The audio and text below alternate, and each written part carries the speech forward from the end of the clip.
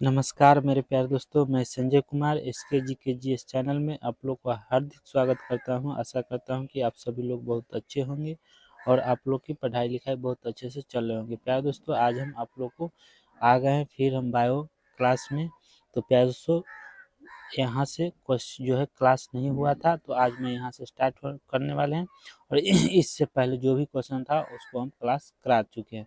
तो कहाँ तक रहा है वो भी दिखा देते हैं। प्यारे दोस्तों, ये जो है आहार श्रृंखला हम पढ़ा दिए हैं और उपभोक्ता इसे पढ़ा चुके थे, लेकिन यहाँ से जो है आहार जाल यहाँ नहीं पढ़ा है, तो आज हम यहाँ से स्टार्ट करने वाले हैं।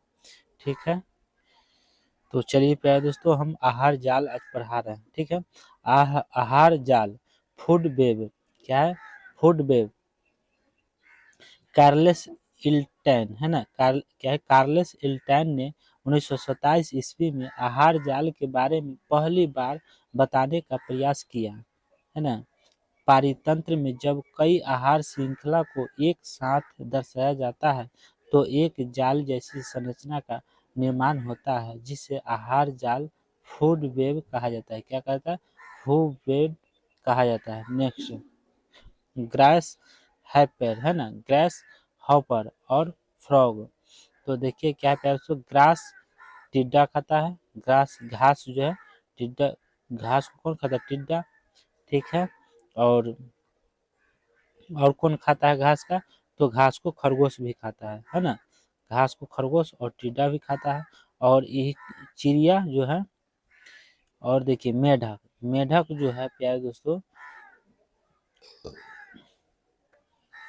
प्यारे दोस्तों देखिए क्या है, मेढक को जो है सांप खा जाता है ना, सांप जो है मेढक को खा जाता है। समझ में आ रहा है ना, मेढक को खा जाता है। वही सांप को कौन खाता है? मोर खा जाता है। सांप को मोर खा जाता है ना। और सांप जो है मेढक को खा जाता है। मोर को जो है, सांप को मोर खाता है। समझ में आ रहा है ना, मेढक को सांप खाता है और मोर को सांप जो है, सांप को मोर खा जाता है। और यहाँ से देखिए बाज को कौन खाता है? मोर, है ना। तो ये एक दूसरे से क्या है? रिलेटेड है। एक दूसरे से क्या है? एक दूसरे पर आश्रित होते हैं। ठीक है, चलिए। कार्लेस इल्टन ने 1942 में पारितंत्र में मौजूद अलग-अलग श्रेणियों में जीवों की संख्या, ऊर्जा का प्रवाह तथा जैविक द्रव्यमान को दर्शाने के लिए क्या है? पैरामाइड की संरचना का प्रयोग किया, जिसे इकोलॉजिकल पैरामाइड कहा जाता है ना। नेक्स्ट क्वेश्चन है, इकोलॉजिकल पैरामाइड तीन प्रकार के होते हैं। कितने? तीन प्रकार के। पैरामाइड ऑफ नंबर, पारितंत्र में जैसे जैसे नीचे से ऊपर की तरफ जाते हैं जीवों की संख्या में कमी आती है। इसे पैरामाइड के द्वारा दर्शाने पर अपराइट पैरामाइड का निर्माण होता है। नेक्स्ट, तो देखिए ये क्या है? पैरामाइड है ना, पैरामाइड ऑफ नंबर है कि नहीं? तो ये जो है प्रोड्यूसर है। क्या है? प्रोड्यूसर है और प्राइमरी कंज्यूमर है और सेकेंडरी कंज्यूमर है और क्या है? टर्टरी कंज्यूमर है। क्या है? टर्टरी कंज्यूमर है। तो आप लोग देखिए, चलिए, ये सभी मिला को क्या कहा जाता है? तो अपराइट क्या है? पैरामाइड हो गया, अपराइट पैरामाइड हो गया। ठीक है, चलिए। पैरामाइड ऑफ एनर्जी, इकोसिस्टम में एक श्रेणी से दूसरी श्रेणी में एनर्जी फ्लो करता है। ऊर्जा के प्रवाह से संबंधित नियम का प्रतिपादन क्या है? लिंडमैन ने जिसे 10% एनर्जी लॉ कहा जाता है। लिंडमैन के अनुसार किसी श्रेणी द्वारा जितनी ऊर्जा का उपयोग किया जाता है उसका मात्रा 10% ऊर्जा का उपयोग होता है, शेष 90% ऊर्जा का ह्रास होता है। ठीक है, नेक्स्ट, इकोसिस्टम में ऊर्जा का पैरामाइड हमेशा अपराइट सीधा होता है। परितंत्र में एक पोषी स्तर से अगले पोषी स्तर तक स्थानांतरित होने के लिए उपलब्ध 10% ऊर्जा रासायनिक ऊर्जा के रूप में जाती है। ठीक है, नेक्स्ट, आप लोग याद करके आइएगा। ठीक है, ताकि आप लोग को अच्छे ढंग से समझ सके। ठीक है, तो चलिए, क्या है प्यारे दोस्तों, अगला क्या है? एनर्जी पैरामाइड है ना, एनर्जी पैरामाइड है।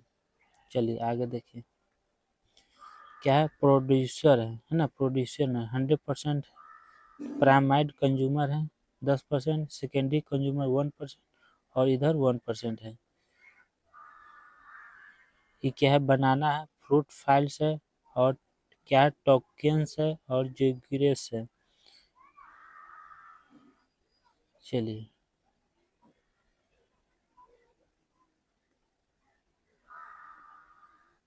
आगे चलिए, क्या है? पैरामाइड्स ऑफ बायोमास है ना, बायोमास इकोसिस्टम में अलग अलग श्रेणी में जीवों के कुल द्रव्यमान को दर्शाने के लिए पैरामाइड ऑफ क्या है? बायोमास का प्रयोग किया जाता है। इकोसिस्टम में जैसे जैसे नीचे की श्रेणी से ऊपर की तरफ जाते हैं, जीवों का कुल द्रव्यमान घटता जाता है, अर्थात द्रव्यमान का पैरामाइड हमेशा अपराइट होता है। क्या होता है? अपराइट होता है। देखिए क्या है? 1 kg, 10 kg और 100 kg, मतलब उल्टा होता है 1000 kg। चलिए ये जो है उल्टा है। चलिए आगे नोट में दिखाते हैं। 3 आर जो प्राकृतिक संसाधनों को लंबी अवधि तक संरक्षित बनाए रखने में सहायक होंगे। रिड्यूस कम उपयोग है ना, रिसाइकल पुनः चक्रण है ना, क्या रीयूज पुनः उपयोग, पर्यावरणीय प्रदूषण, तीव्र औद्योगिकरण, नागरीकरण, जनसंख्या वृद्धि, उपभोक्तावाद आदि के परिणाम स्वरूप अनेक प्रकार की पर्यावरण समस्याएं उत्पन्न हुई है, जो मानव स्वास्थ्य के लिए ही नहीं बल्कि मानव जाति के अस्तित्व के लिए भी खतरा बन गई है। पर्यावरण प्रदूषण के विभिन्न रूप हैं। जल प्रदूषण, वाटर पॉल्यूशन, जल में अवांछित व हानिकारक पदार्थ का मिल जाना ही जल प्रदूषण कहलाता है। इससे जल की गुणवत्ता घट जाती है। जल प्रदूषण के लिए बहुत से कारक उत्तरदायी हैं, जो निम्नलिखित हैं। घरेलू अपशिष्ट व मल मूत्र, झागा आदि का जल स्रोतों में मिलने से, खेतों में रासायनिक उर्वरकों, खरपतवार नाशी एवं कीटनाशी के प्रयोग से नदियों का जल प्रदूषण होता है। औद्योगिक अपशिष्ट जैसे कारखानों से निकलने वाला कचरा, रसायन एवं गर्म जल आदि के कारण होता है। तो प्यारे दोस्तों, आज की क्लास यहीं तक रहने देते हैं। एक पेज पढ़ा दिए, कल जो है और पढ़ा देंगे। तो चलते हैं। जय हिंद, जय भारत। थैंक यू दोस्तों।